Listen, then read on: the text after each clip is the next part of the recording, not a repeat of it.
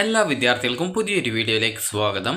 ഈ വർഷത്തെ LBS nursing and paramedical degree കോഴ്സുകളിലേക്കുള്ള സ്പെഷ്യൽ അലോട്ട്മെൻറ്റിനായിട്ടുള്ള ഓപ്ഷൻ രജിസ്ട്രേഷൻ വിദ്യാർത്ഥികൾക്ക് ഇന്ന് മുതൽ ഒക്ടോബർ 5-ാം തീയതി വരെ വിദ്യാർത്ഥികൾക്ക് ഓൺലൈനായിട്ട് നൽകാവുന്നതാണ്.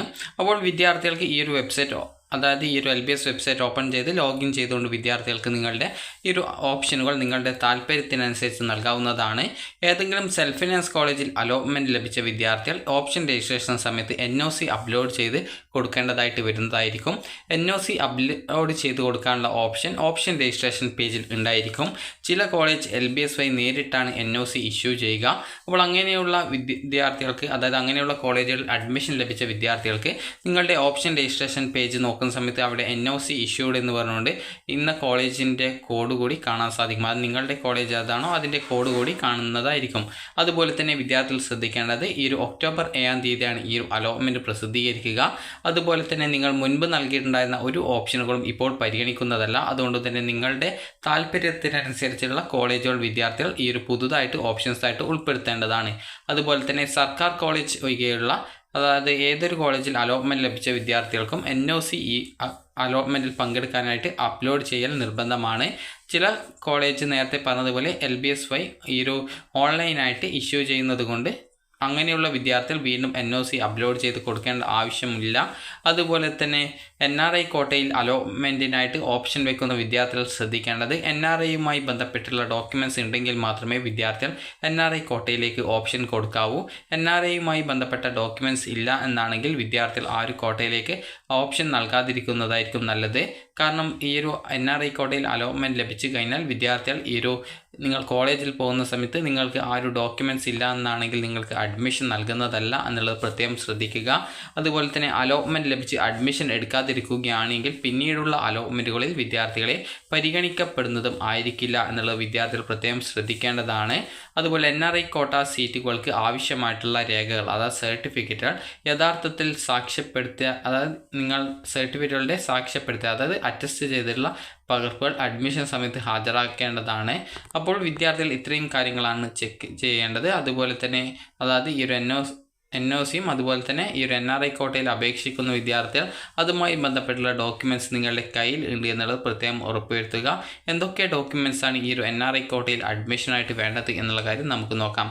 NRI കോട്ടയിലേക്ക് അഡ്മിഷനായിട്ട് വേണ്ടത് എന്തൊക്കെയാണെന്ന് ചോദിച്ചാൽ, നിങ്ങൾക്ക് ആദ്യം തന്നെ നിങ്ങളും നിങ്ങളെ ആരാണ് സ്പോൺസർ ചെയ്യുന്നത് അവരുമായിട്ടുള്ള ആ ഒരു ബന്ധുത്വ സർട്ടിഫിക്കറ്റ്, എന്താണ് അവരുമായിട്ട് നിങ്ങൾക്കുള്ള ബന്ധം, അതായത് നിങ്ങളുടെ ഫാദറാണോ മദറാണോ അല്ലെങ്കിൽ കസിനാണോ ഫസ്റ്റ് കസിനാണോ അല്ലെങ്കിൽ ആരാണ്, ഇത് തെളിയിക്കാനായിട്ട് നിങ്ങൾക്ക് വില്ലേജ് ഓഫീസിൽ നിന്നും റിലേഷൻഷിപ്പ് സർട്ടിഫിക്കറ്റ് എന്നുള്ള രീതിയിലുള്ള ഒരു സർട്ടിഫിക്കറ്റ് കിട്ടും. അപ്പോൾ അതാണ് ഈ ഒരു ബന്ധുത്വ സർട്ടിഫിക്കറ്റ് എന്ന് പറയുന്നത്. അത് നിങ്ങൾക്ക് ഈ ഒരു വില്ലേജ് ഓഫീസിൽ നിന്നാണ് കിട്ടുക.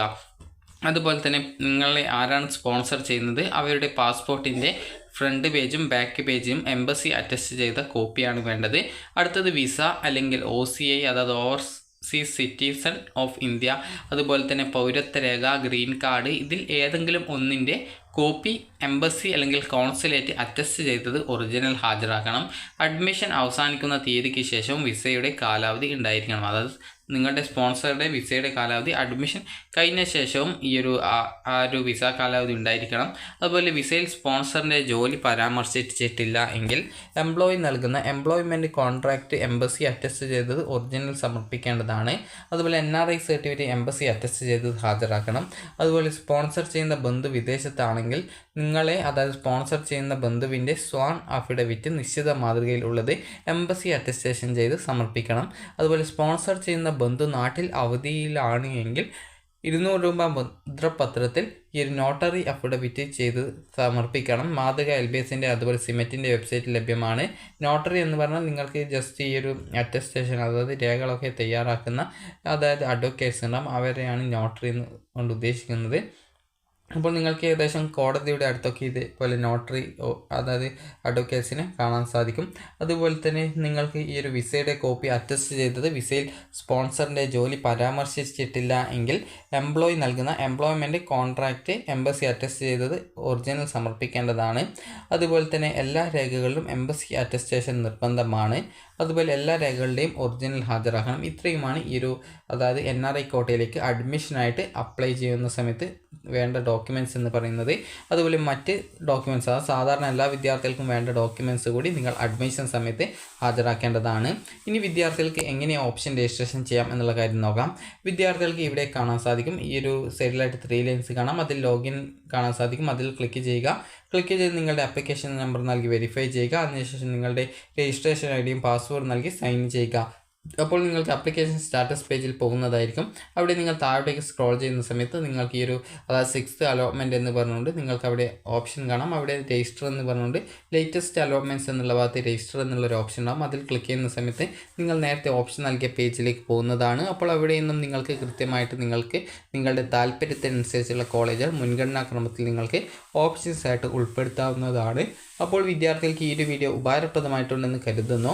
അപ്പോൾ വിദ്യാർത്ഥികൾക്ക് ഒക്ടോബർ 5-ാം തീയതി വരെയാണ് ഓപ്ഷനുകൾ നൽകാൻ സാധിക്കുക. ഒക്ടോബർ 7-ാം തീയതി ഈ ഒരു അലോട്ട്മെൻറ്റ് പ്രസിദ്ധീകരിക്കുകയും ഒക്ടോബർ 10-നുള്ളിൽ വിദ്യാർത്ഥികൾ പോയിട്ട് അഡ്മിഷൻ നേടുകയും ചെയ്യുകയാണ് വേണ്ടത്. അപ്പോൾ വിദ്യാർത്ഥികൾക്ക് ഈ ഒരു വീഡിയോ ഉപകാരപ്രദമായിട്ടുണ്ടെങ്കിൽ ലൈക്ക് ചെയ്യുക, ഷെയർ ചെയ്യുക. Thank you for watching.